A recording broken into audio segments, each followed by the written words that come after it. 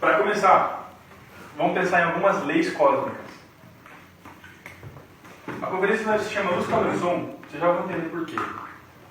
Vamos pensar assim, se a gente pegar as culturas em geral e tentar montar um esquema de como que funciona, de como que funcionou a criação, algo assim, a gente vai ver que sempre se divide em um caos e uma ordem. Um período de total escuridão e um período de total luz. Isso os indianos eles chamam, a gente basicamente poderia chamar também, de noite cósmica e de dia cósmico. Ok? Noite cósmica e dia cósmico. A noite cósmica se dá porque as forças da criação elas se encontram de alguma forma em caos, elas não estão organizadas. Olha que interessante.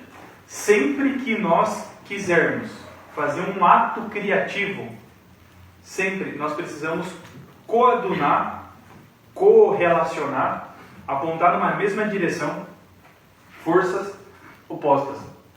Por exemplo, como é que a gente faz para ter um filho? Tem que ter um homem, tem que ter uma mulher e tem que ter uma relação sexual entre os dois. São três coisas. Percebem? Assim como se eu quiser ter uma família, eu preciso de um pai, uma mãe e um filho. Se eu quiser ter uma mesa que pare de pé, eu preciso ter 3 patas, pelo menos, 3 pés. Se eu quiser um mundo que seja como o nosso, ele tem que ter 3 dimensões. Nosso mundo tem 3 dimensões, olha só. E assim também a Igreja Católica tem 3 deuses principais, Pai, Filho e Espírito Santo. Se a gente for olhar os egípcios, eles têm 3 deuses principais, Osíris, Ísis e Horus. Se a gente for olhar os nórdicos, tem 3 deuses principais, que é Odin, Freya e Balder. E o Thor. O Thor entra ali junto com o Balder. Tá meio junto com o Balder, é como se fossem dois aspectos da mesma coisa. Mas é o Deus Pai, o Deus Filho e a Deusa Mãe que criou os dois. Que junto com o Pai criou os filhos. Se a gente for olhar na Cabala judaica, sim, o átomo também, para ter matéria a gente precisa de próton, elétron e nêutron. Se a gente for olhar a Cabala judaica, que também fala muito da criação e tal, vocês vão ver que eles têm as 3 forças primárias que desenvolvem todo o resto, que se chama Keter, Shokmah e Binah. Sempre são 3 forças. Então o ponto é a gente pensar assim, que na noite cósmica, essas 3 forças, elas estavam em direções que não se relacionavam entre si. Agora, se nós mesmos, por exemplo, eu quero criar uma obra espiritual, eu quero dar sentido à minha vida, eu quero produzir algo eu quero fazer algo que produza um resultado significante na minha vida. Aquilo que os antigos alquimistas chamavam de grande obra, o magnus opus dos alquimistas. Quais eram os 3 elementos básicos para a obra dos alquimistas? Mercúrio, enxofre e sal. Eles diziam que se juntasse essas 3 coisas, daria para fazer a pedra filosofal e o elixir da longa vida. Olha só que interessante. Então, como é que faz? Eu preciso das 3 forças reunidas e unificadas de alguma maneira. Quando as 3 forças são apontadas para o mesmo ponto, são unidas de uma mesma forma, com a mesma finalidade, da maneira correta, a gente tem uma criação, e do contrário nós não temos. Para que haja uma criação. Então no caos, na noite cósmica, essas 3 forças estavam soltas, e no dia cósmico essas 3 forças elas se uniram para criar algo. Por exemplo, olha só, para ter uma pessoa, a gente precisa de um homem e de uma mulher. Se a gente só tem um homem e uma mulher, tipo, como é que é o nome? Lagoa Azul. Né? Não sabiam de nada, estava de homem e mulher, podiam ter morrido daquele jeito. Por alguma razão, a força sexual uniu os 2. Então vocês vejam que na força sexual tá as 3 forças. Percebe? É um exemplo de como a criação se dá no mundo físico de um fato. Um homem positivo, uma mulher negativa, falando de polaridade, prótons, elétrons e nêutrons, e uma força que une os 2. Aí nesse momento se cria algo. Fala. Nesse sentido, não houve criação, foi uma convergência, assim, né? Tipo, Sim. Não existia nada porque estava apontando em direções opostas, aí quando convergiu, existiu. Não precisou alguém chegar e falar, isso aqui, ó. Claro, não precisou de uma quarta força. Isso, não precisou alguém, um Deus criador. Sim. Mas isso você está falando aqui no universo. Sim. E quem disse que essas 3 forças já não são a própria inteligência? com outras inteligências.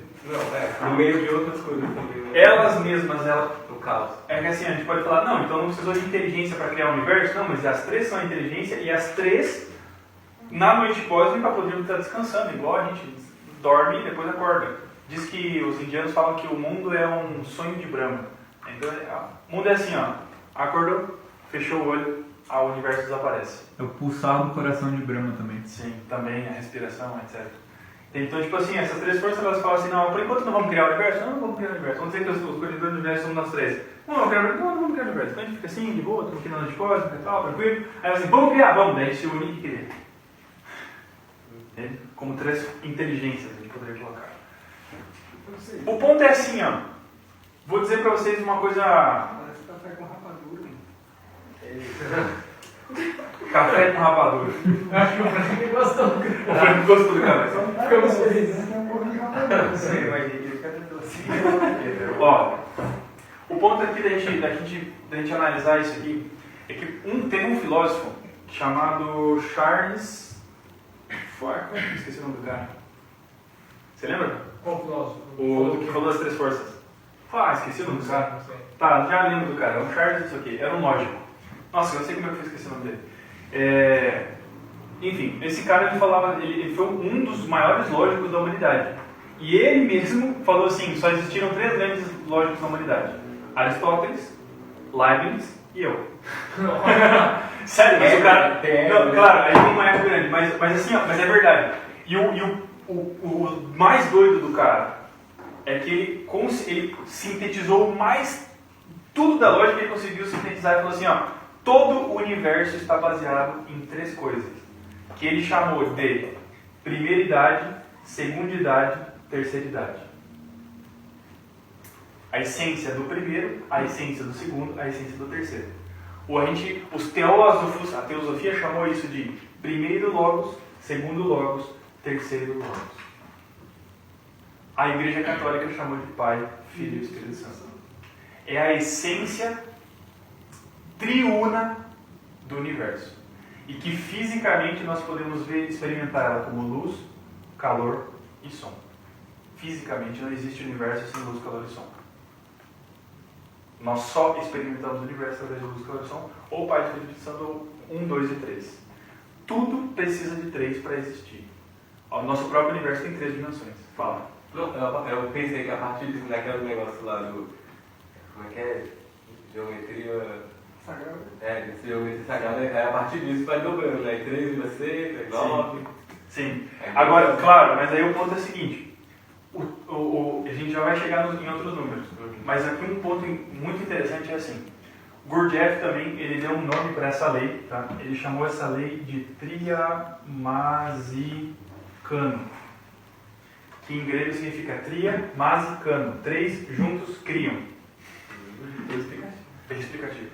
E essa lei, a lei do triamasicano, a lei do 3, a gente pode simbolizar assim, a lei cósmica, a lei do 3, ela em si mesma cria todas as coisas. Então olha só, nós poderíamos dizer que o universo é a cristalização das 3 forças. Então olha só, aqui embaixo no universo, quando Deus, vamos chamar isso aqui de Deus, tá? Deus, quando criou o universo, ou vamos colocar aqui a criação, colocou na criação a Ele mesmo. A criação é um desdobramento do próprio Deus. Então a gente poderia dizer que tal como aqui em cima tem Pai, Filho e Espírito Santo, aqui embaixo tem luz, calor e som. Imagem e semelhança. Imagem e semelhança de Deus. Agora olha que doido, isso significa que em nós também está a luz, calor e som, também está Pai, Filho e Espírito Santo. Não só como, presta atenção, aqui está a essência, não só como Pai, Filho e Espírito Santo, mas como algo, uma força triuna, 3 coisas dentro de nós que a gente tem que usar para a gente se auto-realizar, para a gente fazer a nossa própria obra, porque aqui, ó, com essas 3 forças, se utilizando dessas 3 forças, Deus criou o macrocosmos. Mas, se nós, que também temos essas 3 forças em nós, nos utilizarmos dessas mesmas 3 forças que estão dentro de nós, nós conseguimos criar o microcosmos. e ser semelhante a Deus, ou seja, Criador. Para criar, eu preciso me utilizar das forças da criação, as 3 forças da criação. Então, isso é o Magnus Opus. Esse é o processo de criação do mundo e esse é o processo de volta para Deus, religar. Magnus Opus, a grande obra. Entendeu? Valeu a pena voltar? Tá, não, calma. Calma. Pra mim é só mais uma teoria. Não, né? não, que... Eu tô só brincando. Só aproveitei porque eu lembrei. Tá. A mim também. Não, aí é assim, ó. Então esse é o ponto. Primeiro, quais são as 3 forças dentro de nós? Esse é um negócio que a gente vai tentar estudar daqui até o fim do curso. Porque a coisa é profunda. Essas 3 forças são as seguintes, vou simplificar toda a história. Essas 3 forças estão em nós, no nosso interior. E a gente poderia resumir pelo seguinte: para realizar a força do Pai, eu tenho que morrer. O que é morrer? Matar o eu, matar o ego, matar a mim mesmo. Porque o Pai simboliza o som. E o som é a harmonia, o som é a frequência, a elevação vibratória. Então, na medida em que eu elevo a minha vibração, na medida em que eu, ao contrário, na medida que eu elimino o meu ego, eu vou elevando a minha frequência vibratória e vou colocando dentro de mim, atualizando dentro de mim o átomo do meu Pai. Ou o átomo do Pai. Ou a força do Pai em mim. Ok? Depois de morrer, ou simultaneamente a morrer, eu tenho que nascer. E nascer corresponde ao Espírito Santo, que é o calor. Se vocês fizerem uma analogia bem simples, o que é o calor? O que é o calor? O que lembra calor? Calor lembra carinho, né? Calor lembra fogo, calor lembra paixão, calor lembra sexo, calor lembra... tá entendendo? Tudo isso lembra calor. Calor lembra energia, calor lembra força, agitação. Entende? Então, se refere ao nascimento. Qual nascimento? E aí aqui eu só conto uma historinha que é alegórica, eu não vou explicar agora. É assim. Nicodemos chegou para Jesus e falou assim: como é que faz para fazer isso que você faz? E aí Jesus falou assim: Horas, Nicodemos, você é mestre do tempo, como é que você não sabe dessas coisas? É necessário nascer de novo. É necessário nascer de novo. Aí Nicodemos coçou a cabeça, está escrito na Bíblia assim que ele coçou a cabeça. Nossa. Aí o pessoal está olhando sério assim, eu falei assim, não, vou ter que explicar que é uma brincadeira. Tá, aí coçou a cabeça e falou assim, mas como é que eu vou entrar no ventre da minha mãe e nascer de novo? Aí Jesus fala assim, Nicodemos, tu não manja dos Paranauê. Eu tava na Bíblia, referência a capoeira, Paranauê assim, né? Agora valeu a pena. Agora valeu a pena. Aí Jesus falou assim, Nicodemos, o que é da carne, carne é, mas o que é do espírito, espírito é. Te é necessário nascer de novo do fogo, da água e do espírito. Do espírito. Da água e do espírito. Espírito é fogo também. Água e espírito. Então olha só, te é necessário nascer da água e do espírito. Da água. Existe nascimento por teoria? Nada se nasce por uma teoria, nada se nasce por um pensamento. Sempre um nascimento é um assunto sexual. Geração é um assunto de geração ou de regeneração. É um assunto sexual. Estamos falando do sexo. Estamos falando de um assunto sexual, pelo menos. O nascimento se refere, por mais alegórico que seja, sempre se refere ao sexo. Shiva, né, por exemplo. Claro, Deus Shiva, total, Deus do Tantra praticamente. Que o Shiva, entre os 3 deuses indianos nós temos Brahma, Vishnu, Shiva. Brahma, Vishnu, Shiva. Pai, Filho e Espírito Santo. O Espírito Santo é Shiva. É o Deus da criação e da destruição. Ele é o que cria e descria tudo.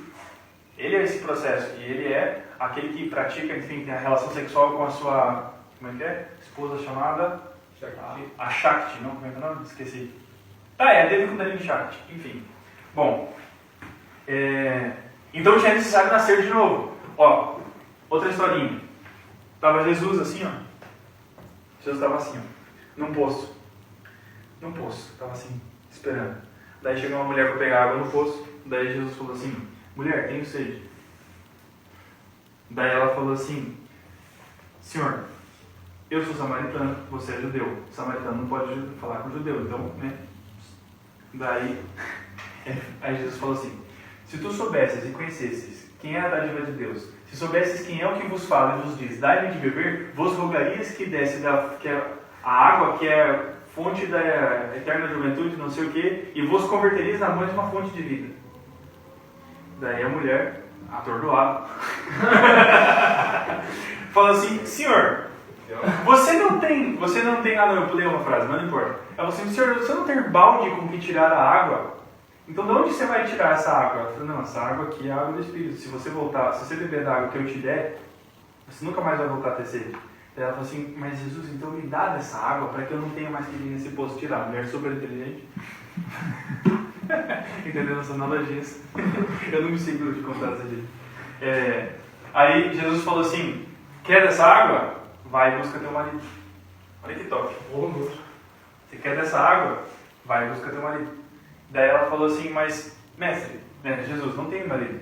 Ele falou, claro, você teve cinco homens e nenhum deles era teu marido. E o que tens agora não é teu marido. Daí ela fala assim, vejo que és vidente. Tá, ok. Isso está na Bíblia. Está na Bíblia, essa parte. Senhor, vejo que és profeta. Está me perseguindo? O ponto é assim, ó. O ponto é assim, ó. É a água. É uma água. E é com a água que se nasce. E é uma água espiritual, é uma água diferente. E é uma água que se nasce. O batismo é o renascimento da água. Tem uma história que a galera interpreta assim, não, porque essa água é o batismo. Não sei. Então por que o batismo é na água? Não, o batismo é na água, mas o batismo de João Batista e tal, tem toda uma simbologia também, que tem sentido. Só que assim, vou reduzir, tipo assim, ó, se fosse assim, quem é batizado faz o que Jesus faz. Isso que eu estou querendo dizer. Porque Nicodemos chega para Jesus e fala, como é que faz para fazer o que você faz? Daí ele fala, é necessário nascer de novo. Se eu interpreto que para batizado, então, se para fazer o que Jesus fazia, e basta ser batizado, se eu interpretar desse jeito, então por que quem é batizado não faz o que Jesus faz? Então eu acho que a interpretação não é por aí. Eu acho que o batismo é de outro nível. Então aqui a gente está falando de um nascimento espiritual. Eu não quero adiantar poucas coisas, mas estou falando de nascer, ou seja, passar a existir em outras dimensões. E isso é um assunto, e dizendo que isso é um assunto sexual. Moisés bateu na pedra e a pedra emanou água, e com essa água a galera viveu durante o água, não, maná, né? E com esse maná a galera se alimentou no deserto. Uma pedra que sai água. E Jesus fala, sobre essa pedra edificarei minha igreja, para Pedro. E rei Arthur, tirou uma espada da pedra, e com isso se tornou rei de outros 12 cavaleiros. Entendem? Pedra, espada, 12 signos. Então, tem como a gente fazer uma relação aqui que nos mostra outras coisas. Então, esse é um segundo fator que a gente vai ficar devendo. E o terceiro é o sacrifício pela humanidade. Sacrifício. Esse sacrifício se refere à luz, que é o Filho. Certo? Se a gente analisar um pouco o que é a luz, ficaram muitas incógnitas? Um pouco, mas faz parte. Faz parte, essa é a intenção. Pode continuar o raciocínio. Para que a gente ponha em atividade esses três aspectos, a gente precisa morrer, que é o que a gente já explicou, nascer, que de alguma maneira é existir nos mundos superiores, em outras dimensões, e o terceiro é o sacrifício pela humanidade. E o sacrifício pela humanidade seria, se a gente parar para pensar um pouco na luz, a luz é sabedoria, a luz é compreensão, a luz é iluminação, a luz é sacrifício também. Porque a luz do sol... A morte dele seria também não? Não, porque assim, a luz, você pega, por exemplo, um fósforo. Para que um fósforo pegue fogo, eu tenho que sacrificar o fósforo.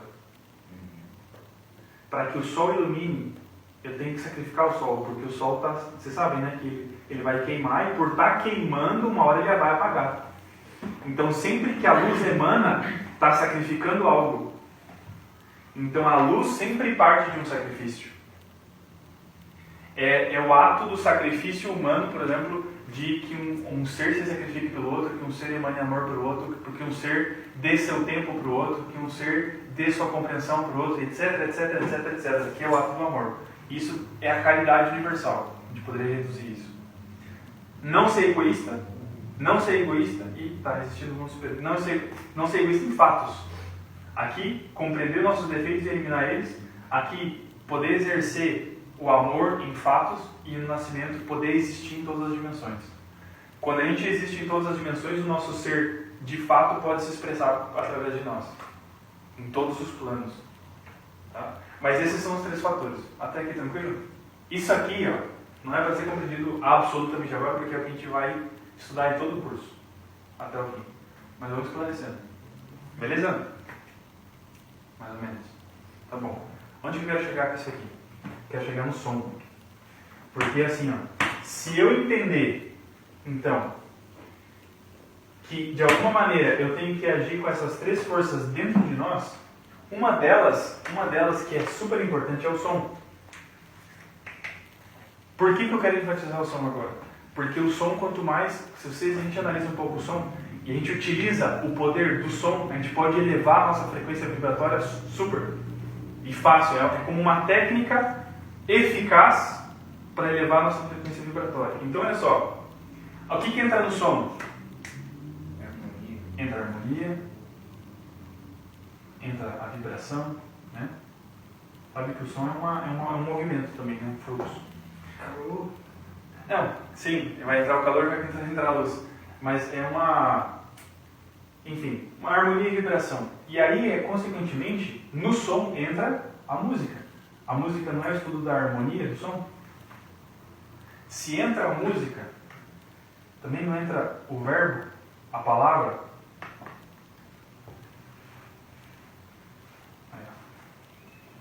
Né? Porque entra o verbo, aquilo que estava falando antes, assim, por que não convém a gente sair xingando o tempo inteiro? Porque quebra uma harmonia ao nosso redor. Quebra um negócio. Imagina só uma pessoa, vocês sabem que assim, eu não consigo não falar dessas coisas, mas se a gente estudasse, por exemplo, a 4ª dimensão, aquilo que para nós é físico, na 4ª dimensão é uma forma, aquilo que a gente fala na 4ª dimensão é geométrico. É complicado provar isso. Não é só 3 dimensões? Sim, mas tem 4. E tem 5 também, tem 6.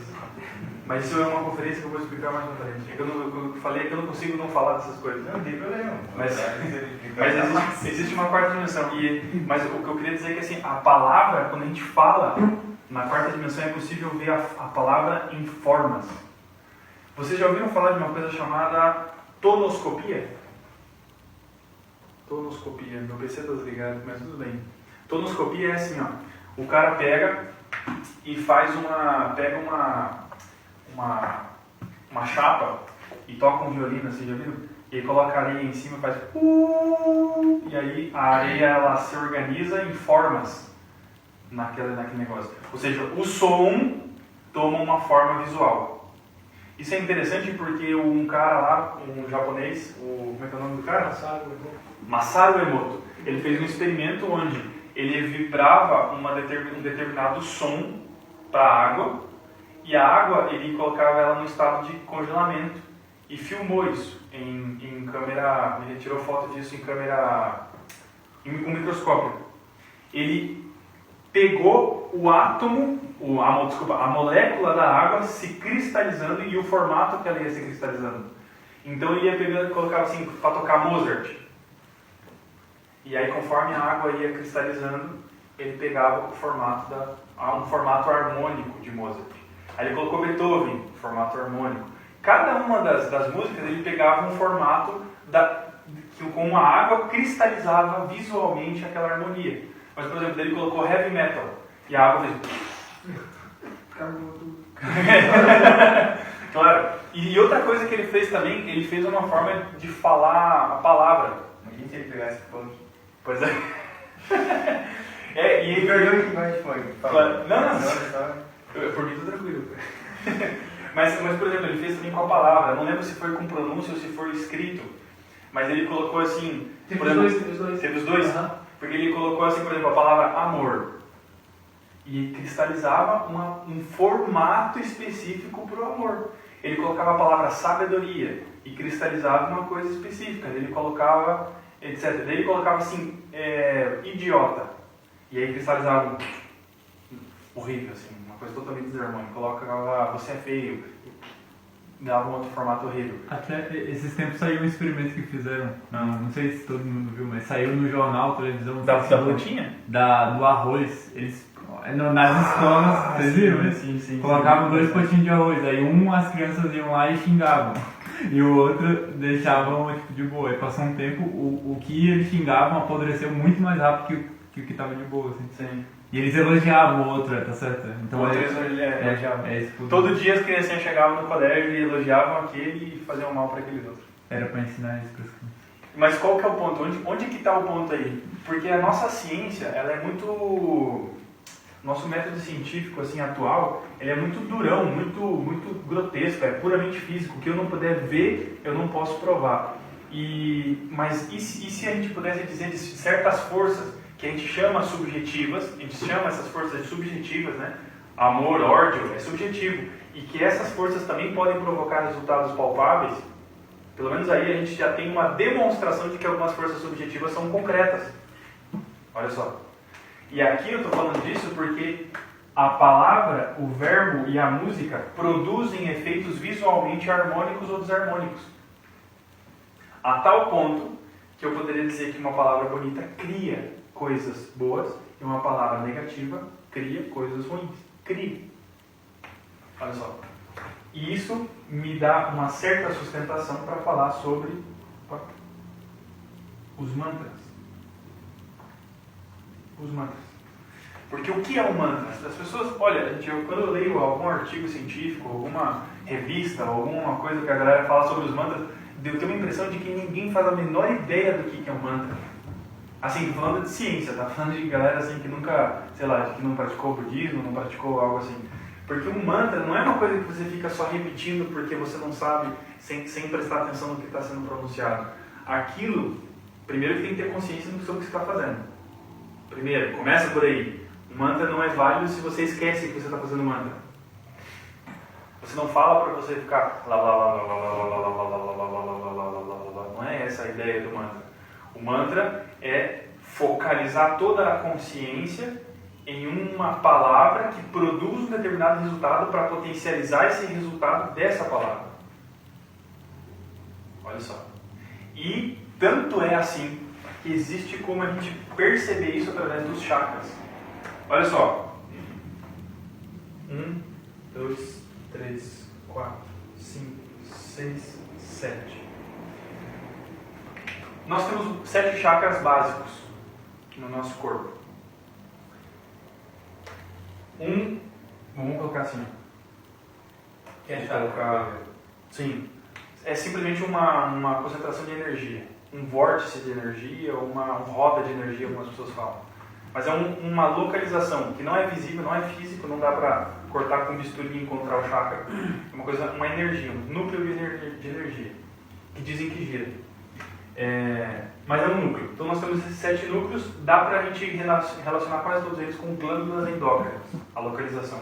Então, por exemplo, a gente pode dizer que temos um aqui no centro, pineal, nós temos um aqui relacionado com a pituitária, que é essa glândula que tem um pouquinho mais para frente, que bem próximozinho daqui, que controla todas as outras glândulas.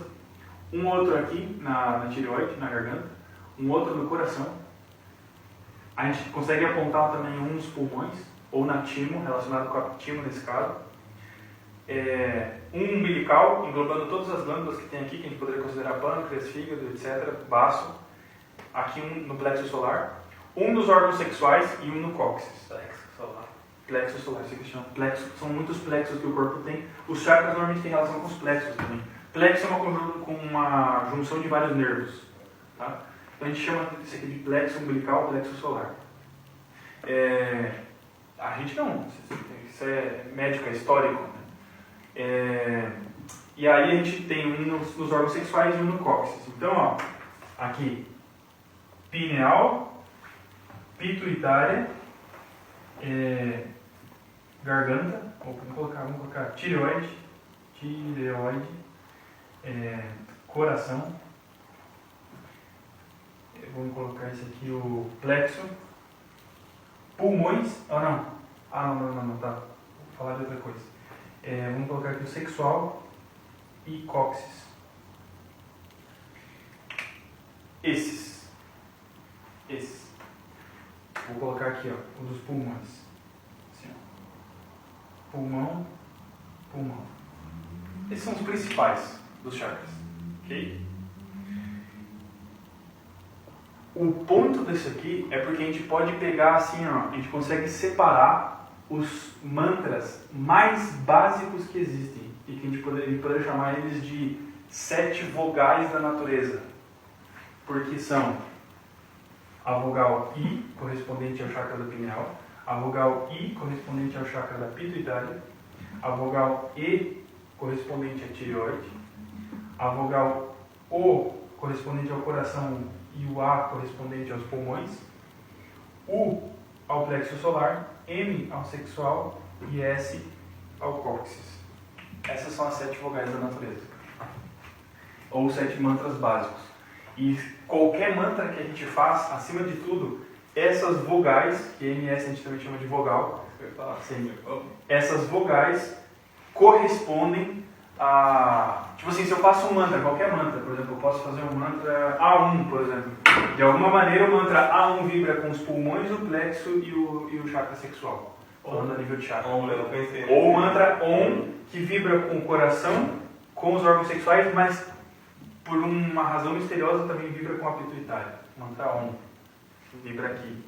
Então é interessante porque ele une o sexo, o coração e a pituitária, que de acordo com os indianos diz que faz um 8, faz assim, ó. Nesses chakras. É interessante ver também por que 7, né? Que daí entra na Sim, lei. e aí a razão do porquê do 7 é porque assim, ó, o mundo se cria com a lei do 3. E aí é chamada lei do Triamasicana. E o Gurdjieff mesmo fala que existe uma outra lei, que ele chama de Eptaparaparshinok, que ninguém sabe de onde que veio esse nome, mas que significa que o 3 se desdobra no 7. Que é o candelabro dos judeus, as 7 velas são a lei do 7. Tudo na criação se organiza com 7. 7 maravilhas da natureza, 7 cores do arco-íris, 7 notas da música, 7 chakras, 7 plexos, 7 dias da semana. 7 dias da semana, 7 planetas. 7 planetas básicos da astrologia, que é Sol, Lua, Mercúrio, Vênus, Marte, Júpiter, Saturno. São 7 planetas da astrologia. Do quê? Não sei se são os mais visíveis, né? São os mais visíveis, na verdade, são os planetas, né? Estrelas mais visíveis. Quanto o Sol como planeta também. Sim, na astrologia, sim. Então, assim, tal como o 3 cria, o 7 organiza. Sempre que a gente pensa na organização de algo, a gente consegue traçar através do 7. E é interessante porque tem 7 vogais e, querendo ou não, a gente consegue apontar 7 chakras principais. Aqui tem 9 se a gente for contar, né? Mas bate com as 7 vogais. E a gente pode despertar esses chakras. Olha que interessante. Com o poder da vocalização. Então, olha só. E é análogo também aos órgãos. Porque, por exemplo, a gente poderia curar um órgão com a vocalização do mantra relacionado àquele órgão. Por exemplo, você pode deixar de usar óculos se você mantralizar muito o mantra I. Quantos graus você usa? 2. É pouco. Eu tentaria. Mas se você quer realmente ver isso acontecer, você teria que fazer tipo 1 hora diária de vogal aí. 1 hora você senta, vai lá, num local quieto, 1 hora por dia. Um experimento sério. Você chega lá, simplesmente se concentra, relaxa e faz.